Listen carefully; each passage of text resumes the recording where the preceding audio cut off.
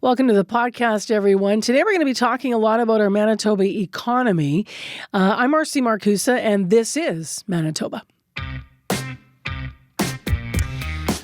So here's the perspective we're starting with. The Premier says that the economic horse drives the social cart, but a federal survey has just come out. It's of major mining and energy projects. It might suggest the horse needs a little hay and water. And we're about to hear why. So what this shows is Natural Resources Canada putting out this list. They say Manitoba ranks second last among provinces in terms of dollars devoted to major mining, energy, and forestry projects. So how did that happen, and is this something we should be deeply concerned about or not? CBC's Bartley Kives breaks it down. Good morning. Good morning. So what does this inventory actually take stock of? What do they consider? And this is an annual inventory of major natural resource projects under construction in Canada or planned for the next 10 years. And the report's dated September 2024. It was released last week. It says there are $1.7 billion worth of major mining and energy projects in the pipe in Manitoba. That might sound like a lot, but only Prince Edward Island has fewer dollars devoted to major natural resource projects. Saskatchewan, which is closest to us and more similar to us in terms of geographic area and population, Saskatchewan has almost $27 billion of these projects on the go. So $27 billion next door in Saskatchewan, and you said we have 1.7? That is correct. How complete is the inventory? Well, this inventory encompasses private sector and public sector projects, and some of them are very concrete, like Manitoba Hydro's upgrades to the generating station at Pointe de Bois in eastern Manitoba, and others are more like wish list projects, including a still hypothetical transmission line from Churchill all the way up the west coast of Hudson Bay into Nunavut.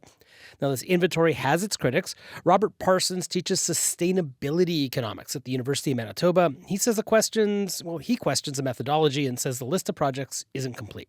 It's hard to tell what actually is in and what actually is out. And I have some concerns because I think there are some things that are at least relatively close to proceeding ahead that I don't think are in that list. So we're being dissed a little bit. Now, I think it is not a damnation type report for us, but it is cautionary. I think we have to look at that. Parsons says Manitoba has to do more in terms of sustainable energy, particularly when it comes to building significant biofuels plants and actually mining critical minerals instead of just talking about how important critical minerals are. So what does the mining sector have to say? Well, I spoke to John Morrissey. He's a co-director of the Mining Association of Manitoba, and he says the inventory undervalued one major project by hundreds of millions of dollars, and that project is a pair of open-pit gold mines planned for just east of Lynn Lake in northern Manitoba. And Morris says Alamos Gold out of Toronto plans to spend $1 billion building these mines over the next 3 years. When this project does come online, it's 600 people going to be working to build it and 450 operating it afterwards. So that'll definitely have a big impact here in Manitoba. And the NDP government, what is their response to this? Well, I spoke with Jamie Moses, the Natural Resources Minister, and I asked him about the report, and he wouldn't address it directly. He simply said Manitoba's working hard to promote mining and supports the development of critical minerals. The report also says 14 major projects were canceled or put on hold last year. Wayne Wasco, the interim PC leader, he says that's evidence Manitoba has no economic development plan. And as you often hear with these back and forth exchanges, Jamie Moses says it's the former PC government who dithered on mining and energy for 7 years. Bartley, thanks for coming in with the report today. You're more than welcome. That is CBC Manitoba's Bartley Kives. Well, if you are a consumer of CBC News overall, then you might have caught one of the national series that has been rolling out on the radio and all platforms, in fact. It's a series called Welcome to Canada. So what's been happening is we've been exploring experiences and perspectives of immigrants all across the country. But we also have been doing sort of a subset of all this here in our province because we want to know what it's like to be a newcomer here in Manitoba and in Winnipeg specifically. So one of the things that we like to pride ourselves on is our license plate, right? It still says Friendly Manitoba. But Rebecca Ruvunda says there are aspects of our attitudes that are icy and not so friendly. But there are also a lot of good things as well. So she's part of our series. She's on the podcast today. Rebecca Ruvunda moved to Winnipeg. She said it was a dream come true at first. She's originally from Zimbabwe. And although she says she loves her home country, she always dreamed of living in Canada. So she made the move here just over 2 years ago. And she came in to talk all about her story. Good morning. Welcome. Morning, Marcy. How are you? I'm well. How are you? Good, thank you. Thanks for making time for us. It's a pleasure. We should probably start just so people can understand a bit of your story about, more about why you wanted to move to Canada it was 2023, right? Yes, correct. I love construction, and I wanted to go to a country where I could study, do the coursework, and also do like a practical as I'm studying. I looked all over the world. Canada had the program that I wanted, and Red River Polytech was the place. So that's why I came here, basically to come and study construction management. What was it about? You came here for Red River. Did you know much about Winnipeg? I'm just curious. Did you do the research first, or how did you, come to understand this is the right institution for me educationally, but what is this city about? To be honest, for me, I was more focused on the program. So I was I wanted a certain program. Literally, there's nowhere else in the world that has this kind of that offers this double package for me.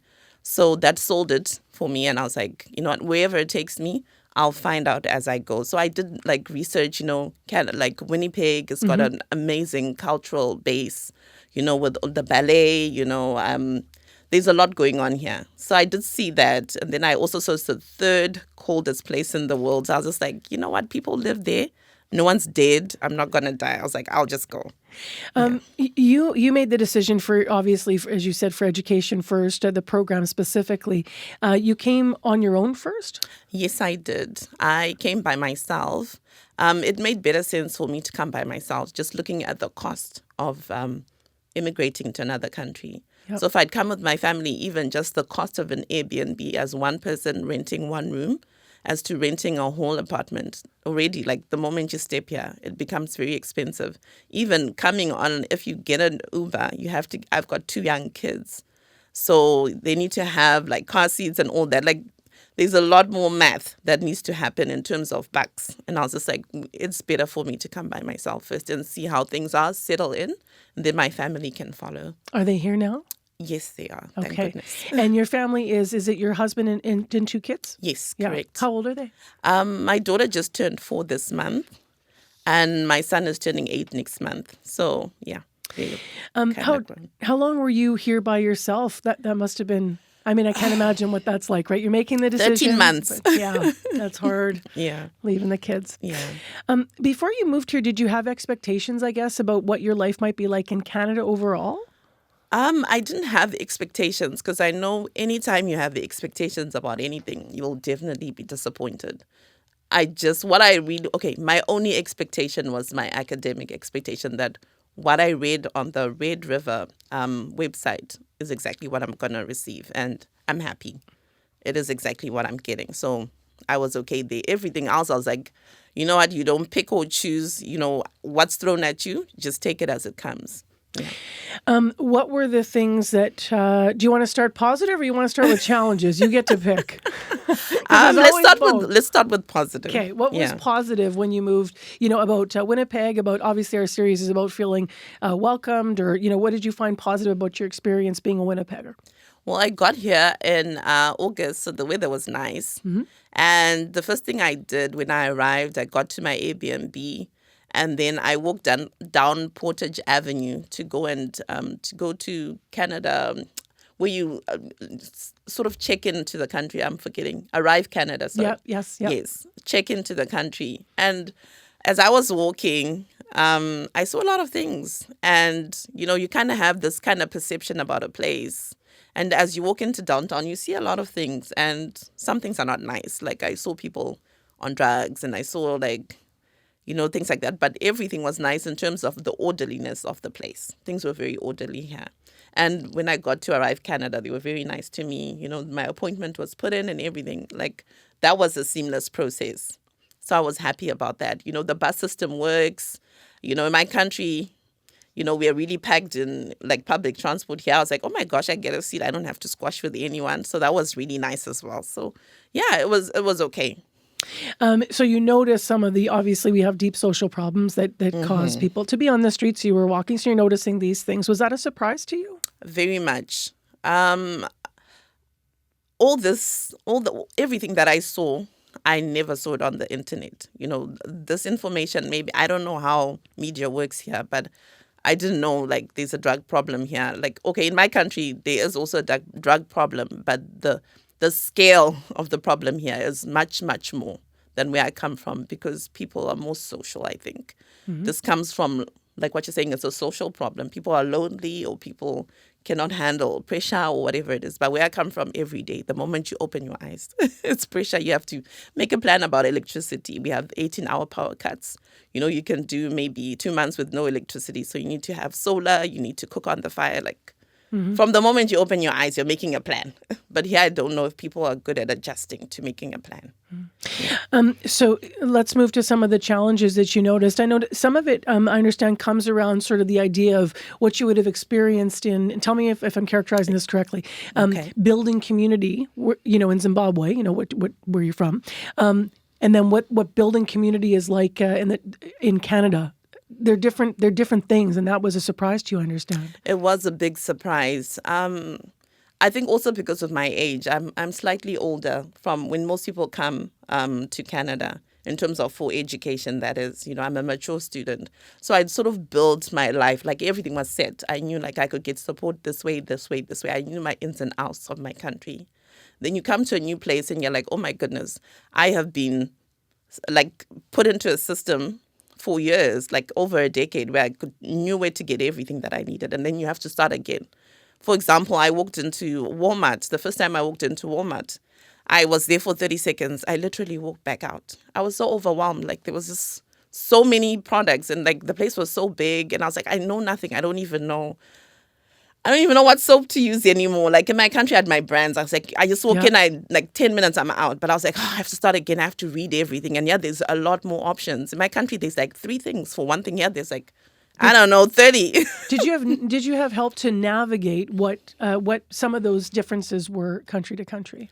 When I came here, I knew one person, and she was a friend of a friend, and she was very kind. I'm so thankful for her, because when I arrived, when I got to my Airbnb, like like what I saw, I just couldn't believe what I saw. And I was like, I need to move. I need to go to a hotel. So she's like, no, let me come to you and check how it is. And she got me a bus pass, and she paid for my first meal. And she was just telling me this. Then she's like, whenever you go somewhere and you need information, I'll be at work, but you can send me a message and I'll let you know how to get it done. So you found a support. Yes. What do you mean when you say you couldn't believe what you saw? When you were, was it the overwhelmed feeling you're talking about? Yes, okay. I was overwhelmed. It was just too much. What's it been like for you to try and find and create community? Because the word that I was using, where at times you felt that the Canadians can be icy, that's not my word. That was something that you felt. Yes. So can you give us an example of that? Like on the bus. Let me go back to the bus, because I used the bus for the first year I was here. Like, it's cheaper to have the bus. I know people sometimes cringe, like, oh, the bus. But, like, people on the bus sometimes are actually nice. You can speak to 1 or 2 people. It's public transport. It's public transport, yeah. So, for me, I love the bus, even still now. If I could, I would. It just doesn't make sense with kids. But when I first came here, everyone had earphones on. In my country, like, people would be talking. I'd be like, how are you? How was your day? You'd all have a chat. You'd laugh, whatever. You don't even know this person.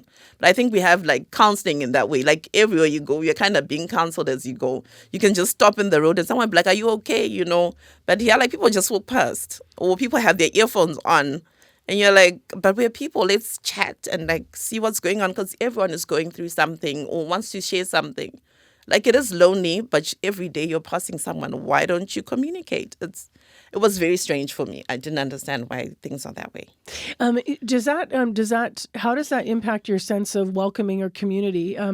Is even in terms of support for like building your life here, building, as you said, fulfilling needs, whether it's community around you for help with things, or maybe people just dropping by. What did you notice that was different there?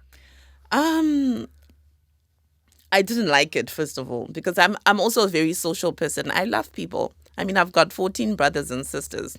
My family is huge. Like, even in my home, my own personal home in Zimbabwe, we used to stay with lots of people, and people just come and they just don't leave. And you're like, in African culture, it's okay. You don't make appointments. You just arrive at someone's house. People accommodate you. We're here now. You have to make appointments for everything to see someone. Like, you have to email someone first. I'm like, just call me. That's the kind of culture I come from. We're very direct. And here it's more like people are more very particular with the boundaries around their time, which is okay. I mean, I understand the society now, but then I did not feel welcome. I felt isolated. I felt like I was on my own.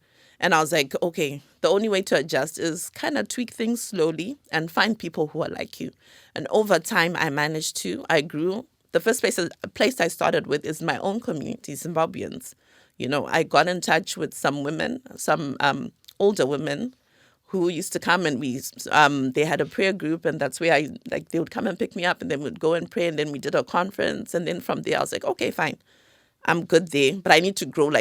Canada is diverse, you know. There's not only Zimbabweans here, there's people from all over, and I was like, okay, let me just try speak to someone else from a different culture, and that's how I grew my community. Now I can't even keep up with the number of people that I know, but in the beginning it was really like, you had to push yourself, and you get exhausted sometimes. You're like, I'm trying so hard.